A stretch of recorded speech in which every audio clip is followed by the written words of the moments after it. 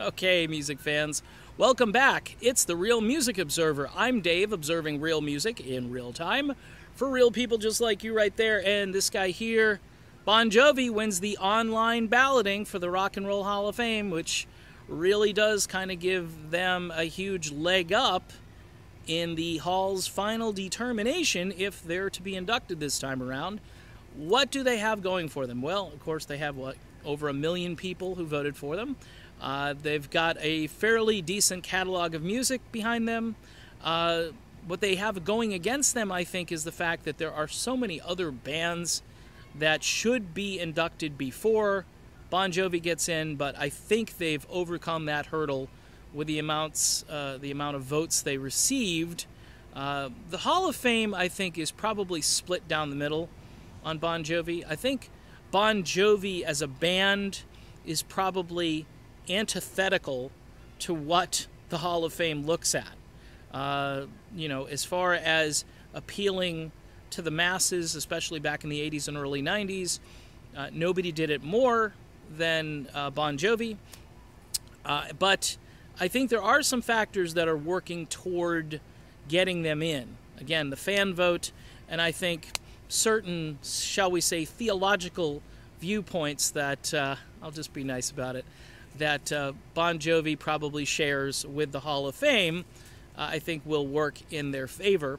I am almost mortified, though, that a band like the Moody Blues did not win the online voting. And by the way, the Moody Blues are probably not the Hall of Fame's first choice either, because the Moodies were very prog rocky, they were very poppy, they were classical, they could play their instruments, they were brilliant, they didn't really cause any, shall we say, they didn't argue about certain topics and subjects in their music. I'm trying to be delicate here.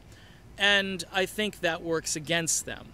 And I just think the critics hated the Moody Blues for most of their existence, as they did Bon Jovi, but I think they could see past their criticism of Bon Jovi because there are certain things that they align on.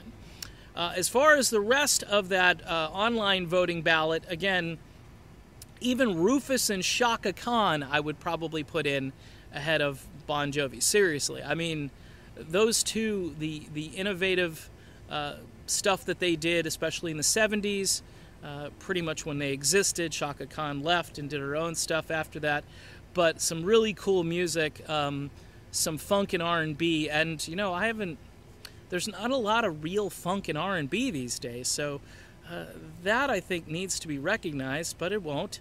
You got Dire Straits, you got some other groups in there that, again, the Cars and Jay Giles band, I don't get it, but then again, I'm just the Real Music Observer here. I'm not, somebody who will actually decide the fate of these nominees.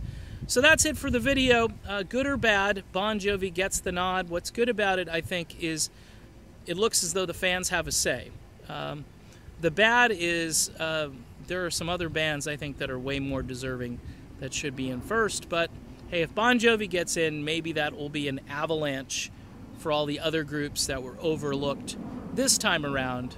Keep in mind, these rock stars aren't living a long time these days, so it would be really good to see them up there accepting the award rather than having one of their family members do it for them. Okay, so keep that in mind. It would be nice to have people on stage for these bands when they do get nominated.